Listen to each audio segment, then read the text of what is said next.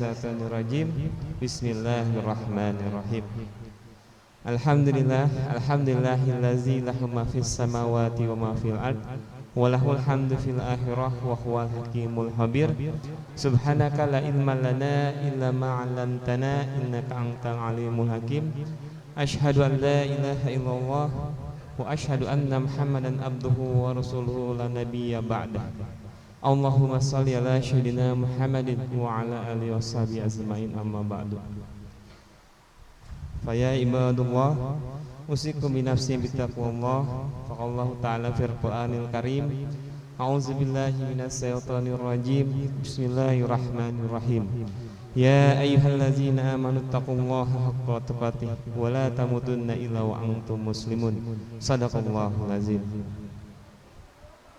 Pertama-tama dan yang paling utama, marilah kita panjatkan puji syukur kita kepada Allah Subhanahu wa taala, yang alhamdulillah segala puji bagi Allah yang telah melimpahkan rahmat dan karunia-Nya kepada kita, yang alhamdulillah dengan izinnya kita dapat berkumpul kembali di sini dalam acara mengkaji Quran, dalam acara majlis taklim, yang mudah-mudahan kita hadir ke sini dengan kesadaran bahwa kita adalah orang-orang yang belum mendapatkan jaminan surga dari Allah.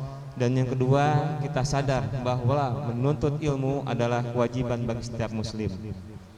Khairukum man ta'allama Qur'ana wa 'allamah, bahwa sesungguhnya sebaik-baiknya kita, semulia-mulianya kita adalah orang-orang yang mau belajar dan mengajarkan Quran. Salawat serta salam tidak lupa juga kita limpah curahkan kepada Nabi besar kita, Nabi Muhammad SAW, beserta para keluarganya, sahabatnya, tabi'in, tabi'ut tabi'innya, hingga kepada kita umatnya yang selalu senantiasa konsisten dalam menjalankan risalahnya. Sebelum memasuki acara berikutnya, mungkin ada sedikit review dari acara kemarin. Yang pertama itu keutamaan bermajlis ilmu. Yang pertama itu adalah dimudahkan jalannya menuju surga Rasulullah. Menuju surga, Rasulullah bersabda dalam riwayat hadits At-Tirmizi bahwa barang siapa yang menempuh jalan menuntut ilmu, maka Allah akan memudahkan jalannya untuk menuju surga. Yang kedua, mendapat ketenangan, rahmat, dan dimuliakan oleh para malaikat. Rasul bersabda dalam hadis riwayat Muslim bahwa tidaklah suatu kaum berkumpul di salah satu rumah atau masjid membaca kitabullah dan saling mempelajarinya, mereka akan diturunkan sakinah, ketenangan, mereka akan dinaungi rahmat, dan mereka akan dilingkupi para malaikat, dan Allah akan menyebutnya mereka di sisi para makhluk-makhluk yang dimuliakan di sisinya. Dan yang ketiga adalah merupakan jihad fisabilillah. Rasul bersabda dalam hadis riwayat Ibnu Hibban bahwa orang yang berangkat ke masjid untuk menuntut ilmu dianggap sebagai jihad fisabilillah. Yang kemudian untuk pengertian takwa, takwa dalam arti adalah takut, takwa dalam arti adalah cintanya, takutnya, dan harapnya hanya kepada Allah semata. Menurut jumhur ulama bahwa takwa itu adalah melaksanakan ketaatan semampunya dan meninggalkan semua larangannya secara mutlak. Sedangkan takwa menurut ahli tasawuf dalam tafsir al-syariah bahwa takwa terdiri dari beberapa huruf. Yang pertama huruf ta, qaf, waw, dan alif. Huruf ta adalah sikap tawadu, rendah diri kepada Allah dan sesamanya. Qaf adalah qanaah, merasa cukup dengan atas apa yang Allah berikan. Dalam urusan dunia selalu melihat ke bawah, sedangkan untuk urusan akhirat selalu melihat ke atas. Fastabiqul khairat, berlomba-lomba dalam kebaikan. Wawu yaitu adalah waro, berlepas diri atau berhati-hati dalam perbuatan haram dan maksiat, serta berhati-hati dari hal yang syubhat.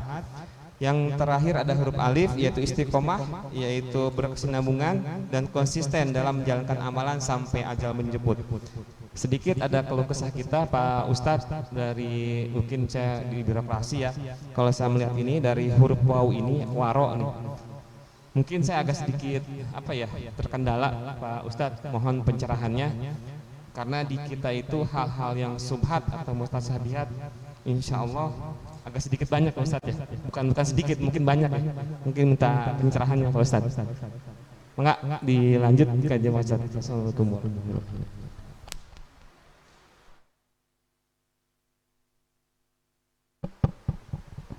Bismillahirrahmanirrahim. Assalamualaikum warahmatullahi wabarakatuh. Alhamdulillahi rabbil alamin. Nahmaduhu wa nasta'inuhu wa nastaghfiruh wa nu'minu bihi wa natawakkalu alayhi wa na'udzu billahi min shururi anfusina wa min sayyiati a'malina. May yahdihillahu fala mudilla lahu ومن يضلله فلن تجد له وليا مرشدا.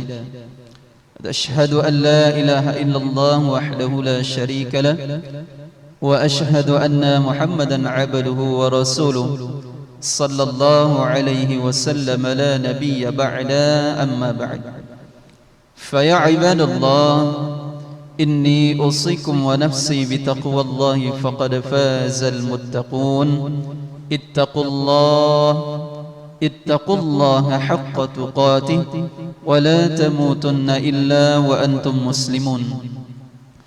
ثم اسمعوا ما قال الله تعالى في القرآن العظيم. أعوذ بالله من الشيطان الرجيم. بسم الله الرحمن الرحيم. يا أيها الذين آمنوا اتقوا الله وقولوا قولا سديدا يصلح لكم أعمالكم ويغفر لكم ذنوبكم ومن يطع الله ورسوله فقد فاز فوزا عظيما. وقال أيضا في آية الأخرى أياما معدودات فمن كان منكم مريضا أو على سفر فعدة من أيام أخر وعلى الذين يطيقونه فدية طعام مسكين فمن تطوع خيرا فهو خير له وأن تصوموا خير لكم إن كنتم تعلمون. وقال النبي صلى الله عليه وسلم في الكتاب الحديث سيأتي على الناس زمان لا يبقى الإسلام إلا اسمه ولا من القرآن إلا رسمه. وقال أيضا في حديث رسول الله صلى الله عليه وسلم خير يوم طلعت عليهم الشمس يوم الجمعة فيه خلق آدم وفيه أدخل الجنة وفيه أخرج منها ولا تقوم الساعة إلا يوم الجمعة. صدق الله العظيم وصدق رسوله الكريم أو كما قال النبي صلى الله عليه وسلم. Bapak-bapak, ibu-ibu hadirin wal hadirat yang sama-sama mudah-mudahan kita yang hadir pada pagi hari ini dimuliakan dan dirahmati oleh Allah Subhanahu wa taala. Amin ya rabbal alamin. Puji dan syukur marilah selalu dan senantiasa kita persembahkan kehadiran Allah Subhanahu wa taala dengan segala limpahan rahmat, nikmat, karunia, hidayah serta inayah dari Allah Subhanahu wa taala pada pagi hari yang mulia ini. Sebagaimana dikatakan hari Jumat ini adalah Sayyidul Ayyam. Jadi penghulu atau rajanya daripada hari-hari yang 7. Nah, jadi hari yang paling mulia itu adalah hari Jumat. Sebagaimana hadis Nabi sallallahu alaihi wasallam, khairu yaumin tuli'at alaihi musyams yaumul jumu'ah. Hari yang terbaik yang pada hari itu terbit matahari yaumul jumu'ah adalah hari Jumat. Makanya dia digelar sebagai Sayyidul Ayyam, penghulu dari segala hari. Kalau Sayyidus Syuhur, penghulu dari segala bulan adalah hari ini, bulannya bulan Ramadan. Berarti mendapatkan kemuliaan yang berlipat ganda bagi kita hari ini. Kita berada pada hari yang paling mulia, juga berada di bulan yang paling mulia, yaitu bulan Ramadan. Kenapa hari ini terbaik kata Rasul sallallahu alaihi wasallam? Lanjutan hadisnya adalah fihi khuliqu Adam. Pada hari Jumat itu Nabi Adam diciptakan oleh Allah Subhanahu wa taala. Hadisnya sahih, riwayat Muslim, kitab sahih nomor 2 dari derajat kitab-kitab hadis. Yang pertama adalah Sahih Al-Bukhari, yang kedua Sahih Muslim. Ya, kalau syarah kitab Sahih Al-Bukhari yang terkenal disyarah oleh Imam Ibnu Hajar Al-Asqalani dengan nama kitabnya Fathul Bari. Sedangkan Sahih Muslim disyarah oleh Imam An-Nawawi dengan nama kitabnya Al-Minhaj Syarah Sahih Muslim. Di syarah Sahih Muslim itu dijelaskan fihi khuliqu Adam, pada hari Jumat itu Nabi Adam diciptakan oleh Allah Subhanahu wa taala. Wa fihi adkhalal jannah, pada hari Jumat pula Nabi Adam dimasukkan ke dalam syurga. Setelah diciptakan dimasukkan ke dalam syurga. Wa fihi ukhrija minha, pada hari Jumat pula Nabi Adam dikeluarkan dari syurga. Sebagaimana kisah yang sudah masyhur ya di tengah-tengah kita, ketika iblis disuruh oleh Allah Subhanahu wa taala, bukan hanya iblis, seluruh penduduk langit diperintahkan oleh Allah Subhanahu wa taala untuk sujud kepada Adam, yang mana sujudnya bukan sujudul ibadah, bukan sujud untuk menyembah, bukan sujud untuk beribadah mempertuhankan Nabi Adam, tetapi sebagai sujudut tawadhu i'tirafan bifadili Adam, sujud untuk merendahkan diri karena keutamaan dan kemuliaan yang dimiliki oleh Nabi Adam yang tidak dimiliki oleh para makhluk yang ada di langit ketika itu. Illa iblis, kecuali iblis. Aba wastakbar, dia menyombongkan diri. Nah, kalau kita flashback kembali kajian-kajian yang kemarin, berarti yang pertama, makhluk yang pertama kali sombong itu adalah iblis. Nah, na'udzubillah tsumma na'udzubillah. Makanya dikatakan kalau ada orang yang sombong, berarti dia mewarisi ada sedikit sifat keiblisan di dalam dirinya. Nah, yang pertama kali sombong itu adalah iblis. Aba wastakbar. Di dalam surah Al-Baqarah dari ayat 30 sampai ke bawah, satu halaman itu penuh tentang cerita Nabi Adam alaihissalam. Kemudian di dalam surah Al-A'raf Allah bertanya kepada iblis, qala ma mana'aka alla tasjuda id amartuk. Ma mana'aka alla tasjud, kenapa engkau tidak mau sujud? Id amartuk, sedangkan sujud aku yang perintahkan, kata Allah. Apa jawab iblis kepada Allah untuk meremehkan Nabi Adam? Khalaqtani min nar, kata iblis, aku ini diciptakan dari api. Wa khalaqtahu min tin, sedangkan Adam itu diciptakan dari tanah. Unsur api lebih mulia daripada unsur tanah. Masa saya sujud kepada orang yang baru kemarin diciptakan? Iblis sombong kepada Allah Subhanahu wa taala. Maka wa kana minal kafirin, maka dia termasuk orang-orang yang ingkar akan perintah Allah Subhanahu wa taala. Jadi makna kafir Bapak dan Ibu, kalau kita kaji sedikit di dalam banyak tafsir, para ulama mengatakan kafir itu maknanya banyak. Bukan hanya orang yang berada di luar golongan Islam saja. Itu sudah pasti. Islam menyebutnya sebagai lakum dinukum waliyadin, untukmu agamamu, untukku agamaku. Makanya suratnya dimanakan surat Al-Kafirun, bukan surat non-muslim. Kan beberapa waktu atau beberapa tahun yang lalu pernah mempermasalahkan tentang kata-kata kafir. Oh, kata kafir itu radikal. Yang lebih baik itu adalah non-muslim. Lebih tahu dia daripada Allah ya. Sedangkan Allah sendiri yang maha tahu memakai kata-kata kafir di dalam Al-Quran yang merupakan kata terbaik penyebutannya bagi orang-orang di luar Islam. Bukan non-muslim yang terbaik, tapi adalah kafir, orang yang masih menutup dirinya dari cahaya keislaman. Nah, iblis kafir kepada Allah maknanya juga ingkar.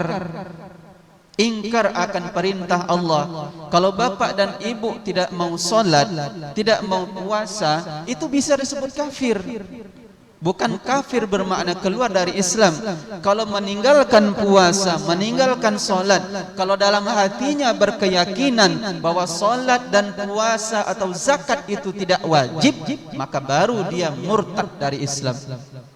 Tetapi karena kemalasannya misalnya, karena takut hartanya habis dengan mengeluarkan zakat, dia tidak mau mengeluarkan zakat hartanya, itu bukan murtad dari Islam, tetapi dia ingkar akan perintah Allah, walaupun dia termasuk daripada golongan minal kabair, orang-orang yang melakukan dosa-dosa besar. Nah, itu perbedaannya. Ya, kalau dia meninggalkan solat, meninggalkan puasa, meninggalkan kewajiban zakat, karena ada di dalam hatinya bahwa solat, puasa, zakat itu tidak wajib, maka dia murtad dari Islam. Kalau hanya karena kemalasannya misalnya, itu dia tidak murtad dari Islam.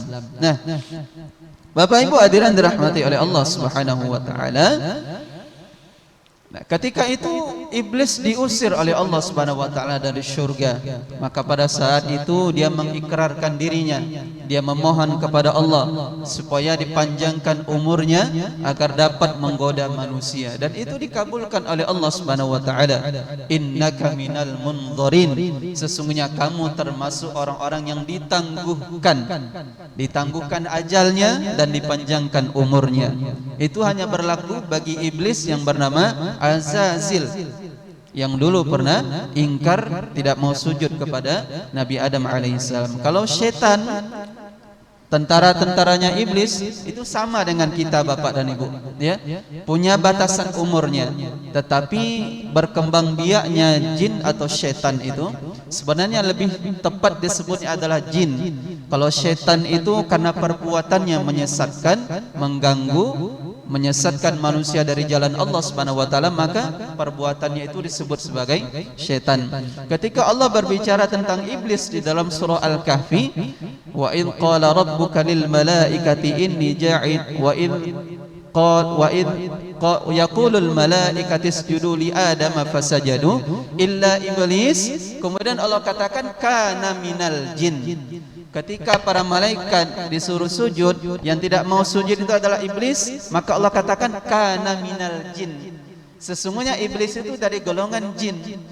Karena memang makhluk cuma dua Allah ciptakan yang diperintahkan mempunyai kewajiban beribadah. Di dalam surah Al-Dzariyat ayat 56 yang terkhusus Allah cantumkan di dalam Al-Quran itu, di dalam surah Al-Dzariyat ayat 56, wa ma khalaqatul jinna wal insa illa liya'budun.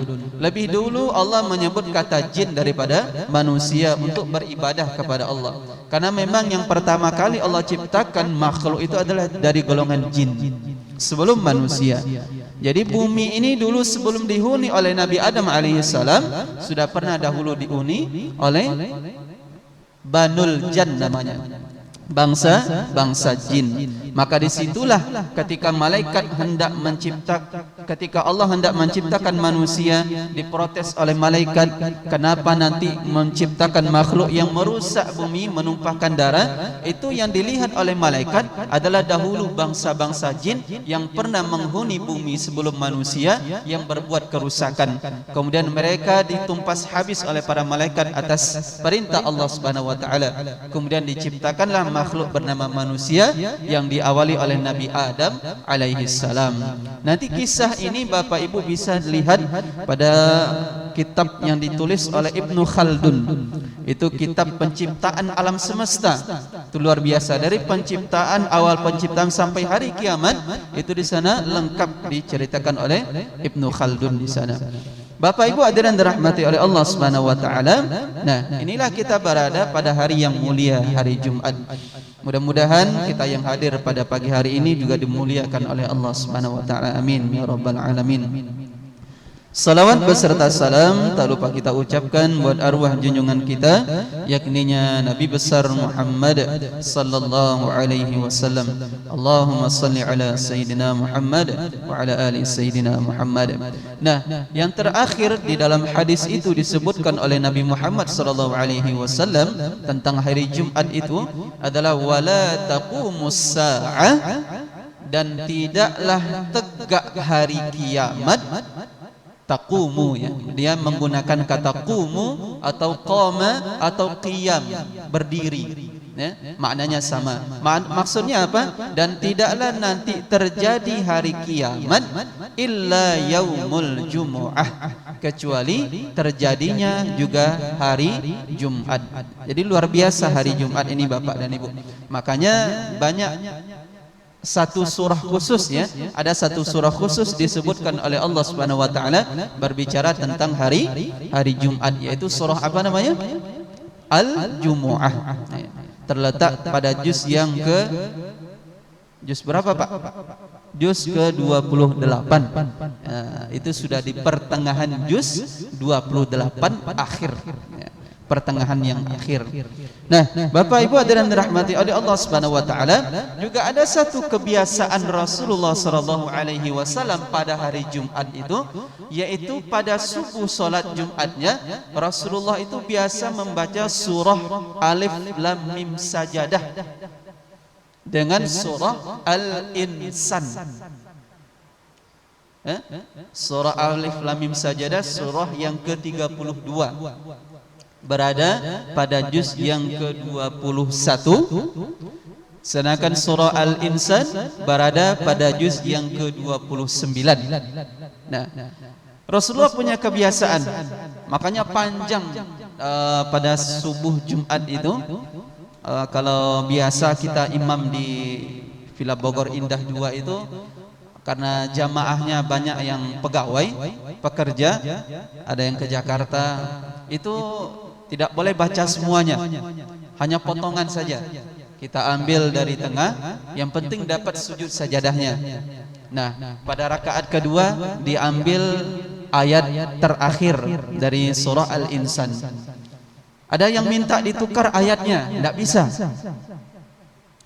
Kalau mau sujud sajadah, ayat sajadah itu banyak di dalam Al-Quran, tetapi kalau khusus di hari Jumat, para ulama berpendapat, begitu juga pendapat Imam Ibnu Hajar Al-Asqalani, kalau sujud sajadah di pagi subuh Jumat itu tidak boleh mengganti ayatnya dengan ayat yang lain.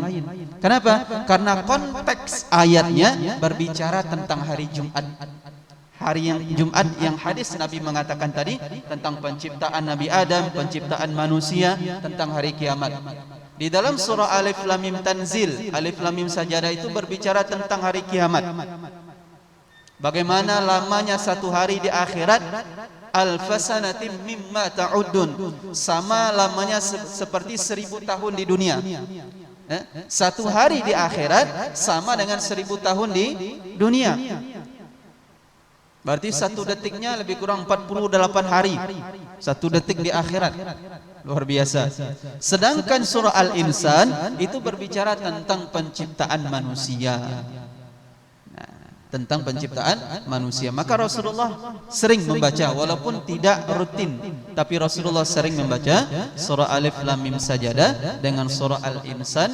Dan ini juga kita dulu saat sekolah di pondok pesantren di Banda Aceh, kebetulan saya dulu menuntut ilmu di sana, itu kita biasakan untuk membaca subuh itu pada rakaat pertama Alif Lam Mim Sajadah lebih kurang 3 halaman, dan pada rakaat kedua itu surah Al-Insan lebih kurang 1 halaman lebih ya. Kalau 1 lembar itu kurang beberapa baris, 3 atau 4 baris, tidak cukup 1 lembar. Nah, itu kita biasakan. Konteks ayatnya berbicara tentang hari Jumat, penciptaan manusia, dan berbicara tentang hari kiamat. Nah, Bapak Ibu hadirin dirahmati oleh Allah Subhanahu wa taala, itu ayatnya luar biasa. Kita bisa nanti tadabbur atau baca tafsirnya masing-masing, silakan dipelajari. Mudah-mudahan dapat menambah keimanan kita kepada Allah Subhanahu wa taala. Bapak Ibu hadirin dirahmati oleh Allah Subhanahu wa taala, kita lanjutkan karena 1 minggu ini saya dapat WA dari Pak Ustadz Ivan. Ustadz, kita berbicara 1 minggu ini tentang tafsir ayat puasa. Berarti kita lanjutkan pada ayat 184. Nah, ayat 184 ini Bapak dan Ibu, ketika sudah Allah perintahkan untuk berpuasa, itu timbul banyak pertanyaan di antara para sahabat. Nah, pertanyaan itu dirangkum oleh Allah Subhanahu wa taala, jawabannya di ayat 184 ini. Ada para sahabat yang bertanya, "Ya Rasulullah, berapa lama kita akan berpuasa di bulan Ramadan itu?" Nah, jawabannya gampang, ayyamam ma'dudat. Jawaban kata-kata ma'dudat ini Bapak dan Ibu, para ulama tafsir itu mengatakan dengan istilah itu kalimat atau kata atau jawaban yang menenangkan. Maksudnya apa? Hanya beberapa hari saja. Seolah-olah Al-Quran berbicara seperti itu. Jawaban Rasulullah kepada para sahabat seperti itu. Kalimat yang menenangkan. Tidak kalimat yang untuk menakutkan. Rasulullah tidak menjawab mungkin 3 bulan, tidak. Tapi Rasulullah mengatakan ayyamam ma'dudat. Beberapa hari saja kok kita akan berpuasa. Menurut ulama tafsir, kata atau kalimat ini adalah kalimat yang menenangkan. Nah, makanya bulan Qamariyah atau penetapan awal Ramadan itu di dalam hadis Nabi sallallahu alaihi wasallam itu diperintahkan untuk ru'yatul hilal, untuk melihat bulan atau anak bulan, ya, melihat bulan atau anak bulan. Kalau di Indonesia itu keputusan majelis ulama itu hilalnya harus berada di atas 5 derajat. Kalau di bawah 5 derajat belum masuk bulan baru. Berarti Sya'bannya harus disempurnakan menjadi 30 hari. Karena bulan Qamariyah itu tidak ada yang 31. 30 pun jarang. Dari 28, 29. Ya, 30 pun sekali-sekali saja. Ya, kalau bulan Masehi atau penanggalan Syamsiah itu 28 hari, paling 1 bulan saja, ya. 1 bulan saja biasanya. Selebihnya ya dalam setahun itu cuman sekali atau 1 bulan yang 28. Nah, kalau setelahnya ada yang 30, 31. Ya. Kalau di dalam bulan Qamariyah tidak ada yang 31. Ya, ada yang 29 atau 30. Nah, Bapak Ibu hadirin dirahmati oleh Allah Subhanahu wa taala, maka banyak terjadi ya perbedaan antara beberapa ormas Islam yang berada di Indonesia untuk penetapan tanggal 1 Ramadan. Tahun ini pun juga sudah berbeda. Ya, dari saudara kita di Muhammadiyah itu puasanya pada hari Sabtu. Sedangkan kalau kita mengikuti Departemen atau Kementerian Agama itu pada hari Ahad. Nah, semua menggunakan metodenya masing-masing. Kalau Muhammadiyah dari metode hisab, ya, sedangkan dari Kementerian Agama itu menggunakan ru'yatul hilal. Nah, ini juga terjadi di beberapa negara, di negara Islam, misalnya di Mesir, Pak. Di Mesir itu semua ormas Islam ketika akan memasuki bulan Ramadan itu, mereka juga berbeda pendapat, mengeluarkan pendapat ijtihad masing-masing. Tetapi ketika pemerintah sudah mengumumkan bahwasanya 1 Ramadan jatuh pada hari Senin, maka semua ormas Islam itu diam, bersatu. Nah, kalau kita berbeda, dan mereka mengambil ijtihad pendapatnya masing-masing. Nah, memang kalau kita nanti kalau ada pertanyaan yang lebih selamat yang mana, ya mudah-mudahan selamat dua-duanya gitu. Karena sama-sama berpuasa gitu ya. Yang tidak selamat itu orang yang nggak mau puasa. Sama seperti orang mengatakan sholat subuh bagus pakai kunut atau tidak pakai kunut. Dua-duanya bagus asal mau sholat. Yang tidak bagus itu yang nggak mau sholat. Nah, itu yang berbahaya.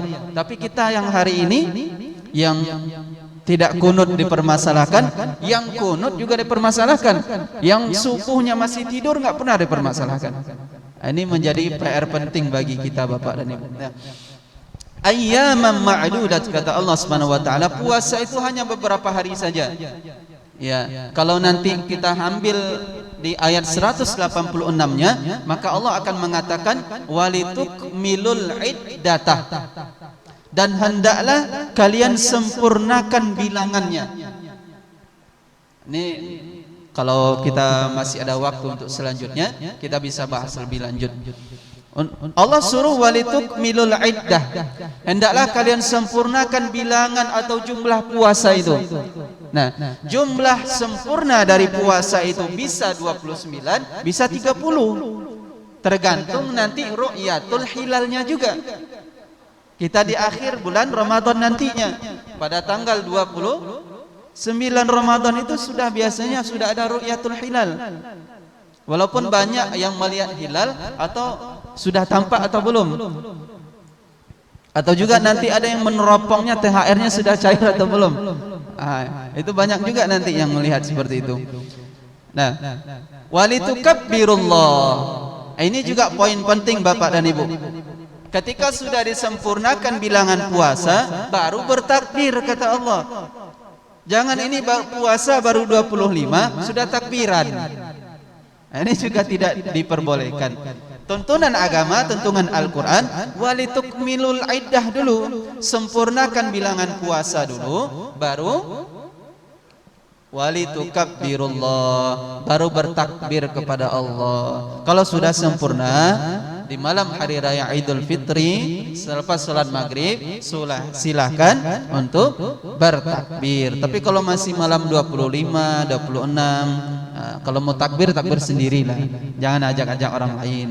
Kenapa? Kenapa belum diperbolehkan. Nah, kemudian ada ketentuan dari Allah Subhanahu wa taala, faman kana minkum maridan aw ala safar.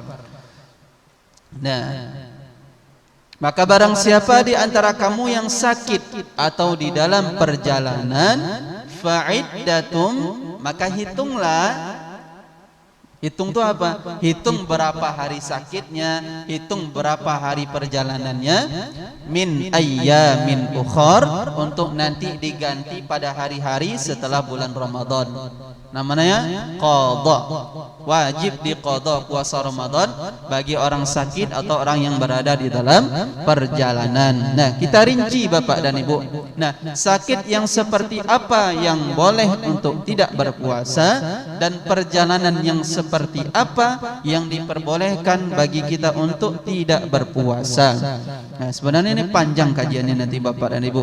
Nah, tapi mudah-mudahan ya bisa kita selesaikan, walaupun kita dapat gambaran umumnya saja. Nah, ada kategori sakit yang diperbolehkan untuk kita tidak berpuasa. Yang pertama itu adalah sakitnya orang tua yang sudah renta, yang memang itu sakitnya itu tidak bisa diharapkan lagi kesembuhannya. Nah, itu sakit yang menahun namanya. Nah, ini juga berefek nanti bagaimana cara dia mengganti puasanya. Apakah hanya cukup membayar fidyah saja atau wajib qadha? Ini dilihat dari bagaimana kondisi orang yang sakitnya. Nah, kemudian ada sakit yang tidak menahun. Ya, mungkin pada saat memasuki bulan Ramadan kondisinya drop, kemudian dia jatuh sakit. Nah, kemudian dari rekomendasi ahli, ini penting, bukan dia yang memutuskan Bapak dan Ibu. Terkadang karena kelemahan iman kita sakit pusing sedikit atau sakit mah saja, itu kita sudah malas berpuasa. Dengan alasannya apa? Wah, orang sakit boleh kok tidak puasa. Ijtihad pribadi, bukan dari ahli. Sedangkan menurut ulama fikih, para fuqaha, itu harus diputuskan oleh ahlinya. Periksa dulu ke dokter, tanya, Pak dokter, kalau sakit saya seperti ini membahayakan atau tidak seandainya saya berpuasa. Kalau seandainya menimbulkan mafsadah yang lebih besar, kalau dia tetap berpuasa, maka haram hukumnya berpuasa. Orang sakit haram hukumnya berpuasa ketika sakitnya itu menimbulkan mafsadah. Mafsadah di dalam fikih dinamakan kerusakan yang lebih besar, maka dia haram untuk berpuasa kalau dipaksakan dirinya untuk berpuasa. Nah, seperti itu. Tapi kalau kata dokter, ini paling tidak akan menimbulkan mudarat yang lebih besar atau kerusakan yang lebih besar, maka kita boleh memilih berpuasa. Kenapa? Karena kata Allah nanti wa antasumu khairul lakum di akhir ayat 184 itu, kalau tidak memberatkan bagi kamu dan tidak menimbulkan mafsadah atau kerusakan yang lebih besar, wa antasumu khairul lakum, maka puasa itu lebih baik bagi kamu. Nah, itu jenis sakitnya. Nah, kemudian sakit biasa, misalnya sakit kepala yang kita contohkan tadi atau sakit mah, itu tidak akan menimbulkan mafsadah atau kerusakan yang lebih besar, maka orang yang seperti itu tetap wajib berpuasa. Nah, bagaimana cara mengganti puasa bagi orang yang sakit? Nah, contohnya tadi, orang yang sudah tua renta atau sakit yang menahun yang tidak bisa diharapkan kesembuhannya lagi, maka dia mempunyai kewajiban untuk membayar fidyah saja dan tidak diwajibkan untuk mengqadha puasanya. Nah, fidyah adalah denda atau sesuatu yang harus dibayarkan atau dikeluarkan dari harta orang yang tidak berpuasa tadi untuk mengganti puasa yang ditinggalkannya. Nah, berapa besaran fidyah? Fidyah itu 1/4 dari zakat fitrah. Zakat fitrah kita berapa, Bapak dan Ibu? Ya, itu hitungan kitanya, Pak ya. Kalau hitungan fikih, hitungan Arabnya disebut sebagai satu sok. Satu sok itu 4 mud. Nah, maka besaran zakat fitrah itu 4 mud atau satu sok. Kalau kita hari ini berasnya berapa, Pak?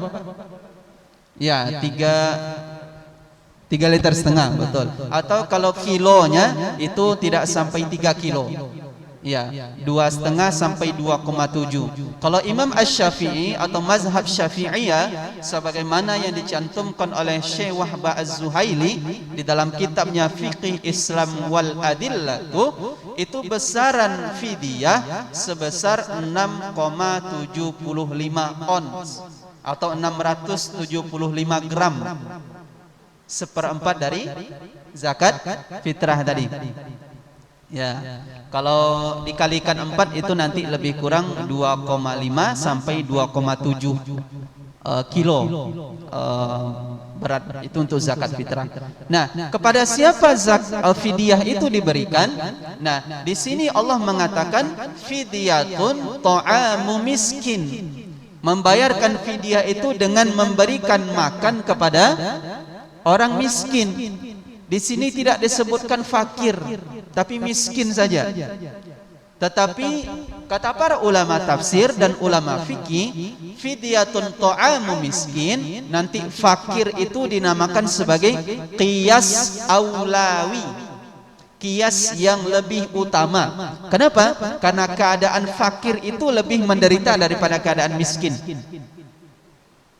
Seandainya kalau orang miskin itu bisa makan 1 hari 1 kali, orang fakir itu belum tentu apa yang dimakannya. Jadi keadaannya lebih buruk. Jadi fakir miskin penerima 2 fidyah, 2 golongan yang menerima fidyah. Kalau menerima zakat itu di dalam surah At-Taubah ayat ke-60 ada berapa asnaf? Ada 8 ya. Innamas shadaqatu lil fuqara. Maksud sedekah di sini adalah sedekah wajib, baik zakat mal atau zakat fitrah nantinya. Lil fuqara pada fakir, wal masakin pada orang miskin, wal amil para petugas amil, wal muallafati qulubuhum orang muallaf. Ini muallaf ini harus hati-hati juga kita Bapak dan Ibu ya. Terkadang hari ini muallaf itu sudah sebagai profesi. Muallafnya sudah 3 tahun yang lalu, tapi dia masih datang ke rumah kita bawa sertifikat muallafnya. Muallafnya 3 tahun yang lalu. Muallaf itu orang yang hari ini masuk Islam gitu. Ini sudah 3 tahun masih aja datang keliling membawa sertifikat muallafnya untuk minta-minta sedekah. Kalau orang-orang seperti itu, anjuran dari para ulama kita tidak usah diberi, bagusnya dinasehati. Jangan diberi tapi dinasehati. Dia bukan mu'allaf lagi, sudah 3 tahun masa masih mu'allaf, ya. Wal gharim, gharim itu adalah orang yang berhutang dan dia tidak punya kemampuan dan berat untuk membayar hutangnya. Fi sabilillah, orang yang berjuang di jalan Allah, termasuk penuntut ilmu. Itu boleh kita biayai dari zakat. Kalau ada bapak-bapak yang bekerja atau di kampung, di masjidnya mengurus lembaga zakat, itu mungkin sudah paham. Wabnis sabil, dan orang-orang yang berada di perjalanan kehabisan bekal, itu boleh. Nah, Bapak Ibu hadirin dirahmati oleh Allah Subhanahu wa taala, sedangkan fidyah hanya untuk 2 golongan saja, fakir dan miskin. Cara membayarnya bagaimana? Cara membayarnya ini panjang sebenarnya kajiannya Bapak dan Ibu, ya. Apalagi dia masuk kerana fikih masuknya. Nah, cara membayar fidyah itu ada beberapa kategori yang bisa kita cara membayarnya. Yang pertama, membayarnya per hari dengan syarat sudah masuk harinya. Misalnya kita puasa hari Ahad kemarin, tidak boleh kita bayarkan fidyah itu di hari Sabtunya, tidak boleh. Harus sudah masuk dulu bulan puasanya. Diawalkan tidak boleh, tapi diakhirkan boleh. Nah, itu cara membayar fidyah. Kemudian dibayarkan kepada fakir miskin. Seandainya kita punya orang tua yang sudah renta, tidak mungkin lagi untuk berpuasa, maka kan kita punya kewajiban fidyah 30 berapa? 30 hari. Berarti 30 mud. Nah, maka boleh kita memberikan fidyah itu ke beberapa orang fakir miskin saja. Tidak harus kepada 30. Misalnya 10 hari untuk si fulan, 10 hari untuk si fulan, 10 hari lagi untuk si fulan. Boleh digabung seperti itu, atau untuk 1 orang juga boleh. Kalau seandainya fakir miskin hanya 1 orang di tempat kita, tapi kalau banyak bagusnya dibagi-bagi. Kenapa? Karena 1 harinya memberikan makan 1 orang miskin. Nah, inilah yang perbedaan pendapat ulama yang mengatakan tidak cukup hanya dengan makanan pokok saja. Karena di sana disebutkan ta'amu miskin, memberikan makan. Makanya yang dilakukan oleh Anas bin Malik ketika dia sudah tua, dia tidak sanggup lagi berpuasa. Ini sahabat Nabi, pernah dulu menjadi khodam, pelayan di rumah Nabi SAW selama beberapa tahun. Dia melakukan memasak makanan bubur gandum untuk 30 orang fakir miskin. Dimasak makanannya, kemudian diundang 30 orang fakir miskin tadi itu. Disuruh makan. Seperti itu dia cara membayarnya. Jadi tidak harus kita berikan beras atau tidak harus dengan uang. Walaupun dengan uang ini 3 mazhab tidak membolehkan. Kita masuk ke mazhab Syafi'i, mazhab Maliki, mazhab Hambali, tidak membolehkan membayarkan zakat fitrah ataupun fidyah dengan dikonversikan ke nominal uang. Yang membolehkan mazhab mana? Hanafi. Mazhab Hanafi, cuman 1 mazhab yang membolehkan. Kenapa? Karena mazhab Hanafi lebih cenderung agak sedikit longgar dalam masalah fikihnya. Sama seperti di dalam surah Al-Maidah ayat 6 tentang yang membatalkan wudhu ketika menyentuh wanita yang bukan mahram tanpa adanya penghalang. Kulit dengan kulit langsung bersentuhan. Menurut mazhab Syafi'i batal. Walaupun itu istri sendiri. Ini kajiannya jadi panjang, ya. Kalau menurut mazhab Maliki batal jikalau ada bercampur dengan nafsu di sana. Nah, kalau menurut mazhab Hanafi, ini yang longgar tadi. Maksud daripada aula mastumun nisa, menyentuh wanita itu adalah, mohon maaf, jima, berhubungan suami istri baru batal wudunya.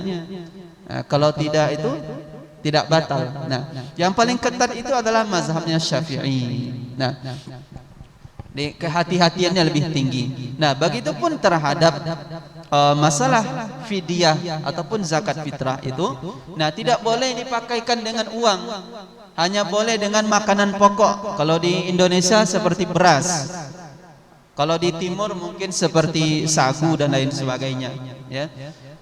Nah, diberikan hanya kepada fakir miskin. Cara pemberiannya boleh untuk 1 orang, 2 orang, 3 orang. Nah, tetapi harus masuk waktu Ramadannya atau diakhirkan betul setelah selesai bulan Ramadan, itu boleh. Nah, Bapak Ibu hadirin dirahmati oleh Allah Subhanahu wa taala,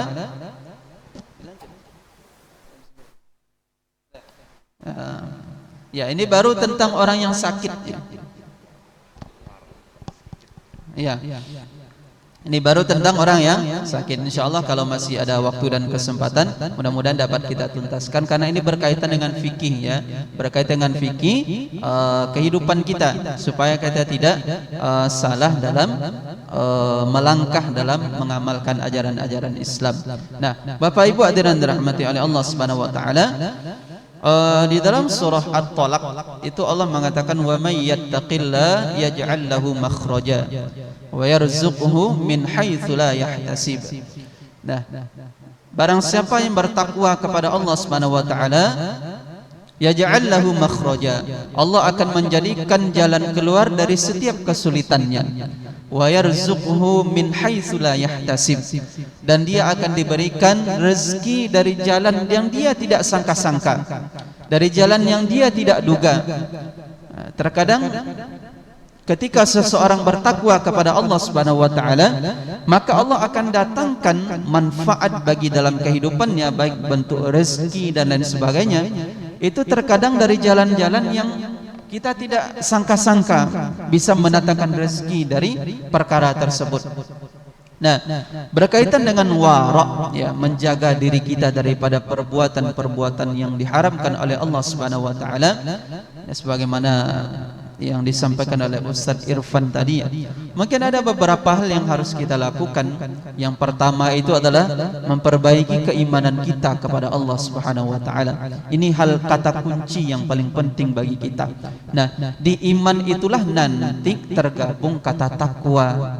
Yang takwa itu melahirkan amal-amal soleh, keyakinan kepada Allah, sehingga kalau ada takwa di dalam diri kita, kita tidak akan takut dalam menjalani kehidupan ini. Oh, seandainya di sini nanti tidak Allah berikan rezeki ketika kita bertakwa kepada Allah, nanti di tempat lain Allah pasti akan berikan rezeki kepada kita.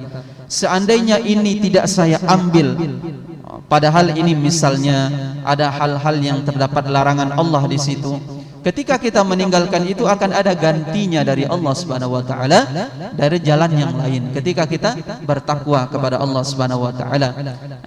Jadi jangan risau. Kenapa? Karena manusia itu ketika hidup di dunia, rezekinya sudah ditentukan oleh Allah Subhanahu wa taala. Nah, bagaimana usaha kita dalam menjemput rezeki, atau dalam pendapat Imam Malik sendiri pun, seandainya rezeki pun tidak dijemput, kalau itu sudah dijamin oleh Allah SWT akan datang kepada kita. Nah, kemudian kalau berkaitan hal itu bukan hak kita, berkaitan seandainya itu adalah masalih ammah, maka harus dikembalikan. Contoh, dulu pernah kita mengisi kajian di itu orang-orangnya pekerja bank-bank konvensional. Yang menurut para ulama, bank konvensional itu syubhat. Kenapa? Banyak di sana itu praktek-praktek ribawi. Banyak praktek ribawi. Maka penghasilan yang didapat dari sana itu juga termasuk dalam perkara yang syubhat menurut sebagian para ulama. Nah, bagaimana caranya? Maka itu dikembalikan kepada masalih ammah. Ambil saja yang menjadi hak kita, yang tidak hak kita tadi itu kembalikan kepada masalih ammah, kepada kemaslahatan umum. Seperti apa maslahat umum itu? Bangun masjid misalnya, MDA, tempat pengajian, majelis taklim, pondok pesantren, berikan ke sana. Nah, itu untuk cara membersihkan harta kita dari perkara-perkara yang syubhat tadi itu. Jadi tidak harus kita resign, ya. Walaupun bank konvensional itu banyak pendapat ulama mengatakan haram, ada ulama yang mengatakan memperbolehkan, karena ada transaksi di bank-bank konvensional itu yang masih diperbolehkan, seperti transfer misalnya antar bank, itu masih diperbolehkan. Yang tidak boleh itu kan memakan ribanya, memakan bunganya. Itu kalau seandainya kita nabung di sana 1 miliar, mungkin bunganya bisa jutaan. Nah, bunganya itu jangan diambil. Kalaupun diambil, kembalikan ke masalih amma, kemaslahatan umum. Nah, itu sifat warok namanya, kehati-hatian kita. Begitupun kita bekerja di instansi manapun, seandainya ada yang syubhat di sana, kalau mau diambil dulu, ambil saja. Tapi jangan dimakan. Ketika ada terjadi sesuatu yang haram masuk ke dalam tubuh kita, tidak ada yang bisa mencucinya, kata Rasulullah, kecuali api neraka.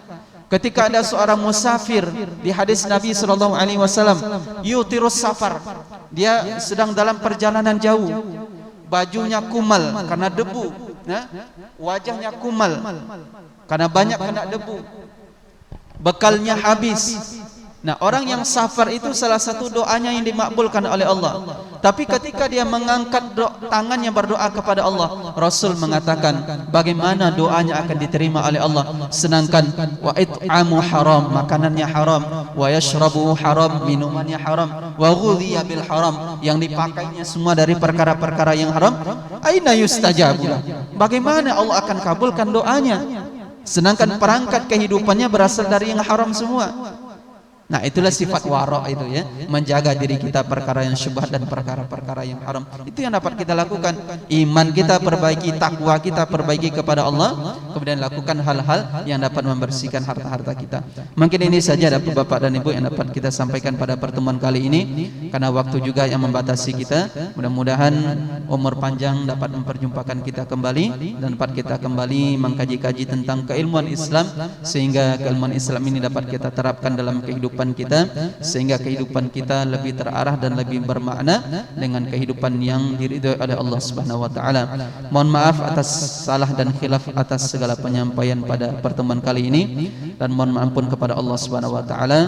Usikum nafsi bi taqwallah. Wassalamualaikum warahmatullahi wabarakatuh. Jazakallahu khair Pak Ustaz. Untuk selanjutnya mari kita tutup acara ini dengan membaca hamdalah dan doa penutup majelis.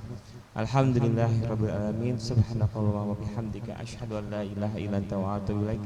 Al-Fatihah. A'udzubillahi minasyaitonir rajim. Bismillahirrahmanirrahim.